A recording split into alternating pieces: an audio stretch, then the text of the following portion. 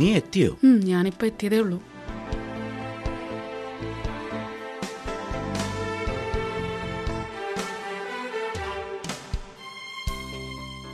ഹോ, മടുത്തു. വീട്ടിലെ പണിയെടുക്കണം, മോന്റെ പഠിത്തം, ഓഫീസിലാണെ 100 കൂട്ടം ടെൻഷൻ. അതിൻ്റെ ഇടയ്ക്ക് അച്ഛൻ്റെ കാര്യം. എന്നെ കൊണ്ട് പറ്റില്ല ഇതെല്ലാം ഹാൻഡിൽ ചെയ്യാൻ.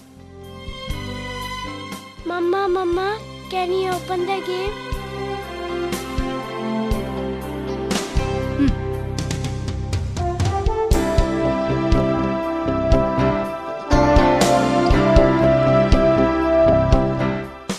അത് ചേട്ടാ, എനിക്കൊരു കാര്യം പറയാനുണ്ട്. നമുക്ക് ഇവിടെ ഗ്രീൻ വില്ലയിലുള്ള ഓൾഡ് ഏജ് ഹോമിൽ അച്ഛനെ ആക്കിയാലോ?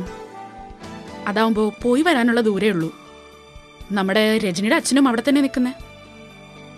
അതാവുമ്പോൾ നമ്മുടെ ടെൻഷൻസ് ഒക്കെ കുറച്ച് കുറയും തോന്നുന്നു. ചേട്ടൻ എന്ത് പറയുന്നു? പോയി വരാനുള്ള ദൂരല്ലേ ഉള്ളൂ.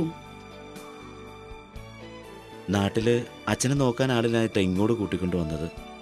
ഇവിടെയും കൂടെ നീ നോക്കൂല എന്ന് പറഞ്ഞാ കഷ്ടമുണ്ട് കേട്ടോ. അതിന് ഞാനെന്താ ഇപ്പൊ ചെയ്യാ? ഇവിടുത്തെ കാര്യങ്ങളൊക്കെ ചേട്ടന് അറിയാവുന്നതല്ലേ. ഈ കുറഞ്ഞ ശമ്പളത്തില് ഒരു ഹൗസ് മെയ്ഡിനൊക്കെ കൊണ്ടുവരാന്ന് വെച്ചാ നടക്കുന്ന കാര്യമാണോ? എനിക്കെല്ലാം മനസ്സിലാവും. നീ നിന്റെ ഇഷ്ടം പോലെ ചെയ്യ്.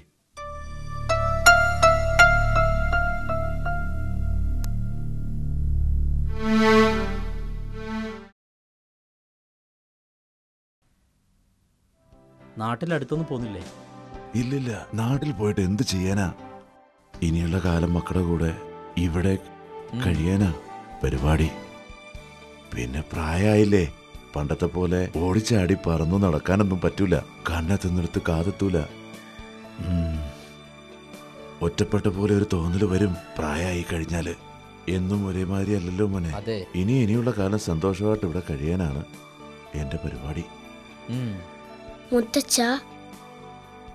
മുത്തച്ഛൻ ഞങ്ങളെയൊക്കെ വിട്ടേച്ച് പോവാ. മോനെന്താ പറഞ്ഞത്? മുത്തച്ഛനൊന്നും മനസ്സിലായില്ലല്ലോ.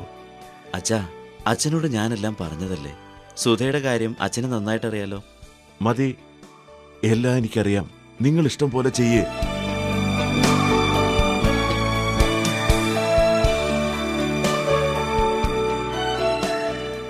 ഇയാളെ കൊണ്ട് എന്ത് ശല്യ. തിരിച്ചു വരാണ്ടിരുന്ന ഭാഗ്യം.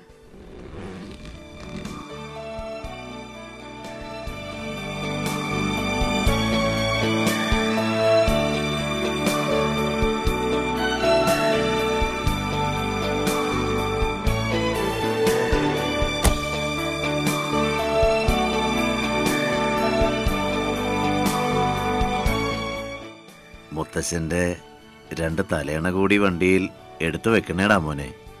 മുത്തച്ഛനെ പോലെ അച്ഛൻ പോകുമ്പോ അച്ഛനും ഒന്നും വേണ്ടേ അച്ഛാ?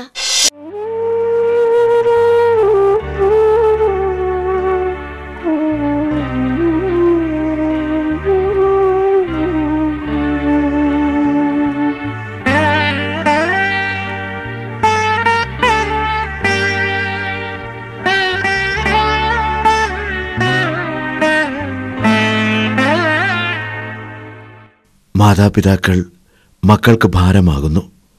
നാളെ ഇങ്ങനെയൊരു ദിവസം നമുക്കും വരുമെന്നോർക്കുക. ഈ പിഞ്ചു കുഞ്ഞിൻ്റെ വാക്കുകൾ ഇവരിലൊരു മാറ്റമുണ്ടാക്കുമെന്ന് നമുക്ക് പ്രതീക്ഷിക്കാം. ലോകമെമ്പാടുമുള്ള ഒറ്റപ്പെടലിൻ്റെ വേദന അനുഭവിക്കുന്ന അച്ഛനമ്മമാർക്ക് വേണ്ടി ഞങ്ങൾ ഇത് സമർപ്പിക്കുന്നു.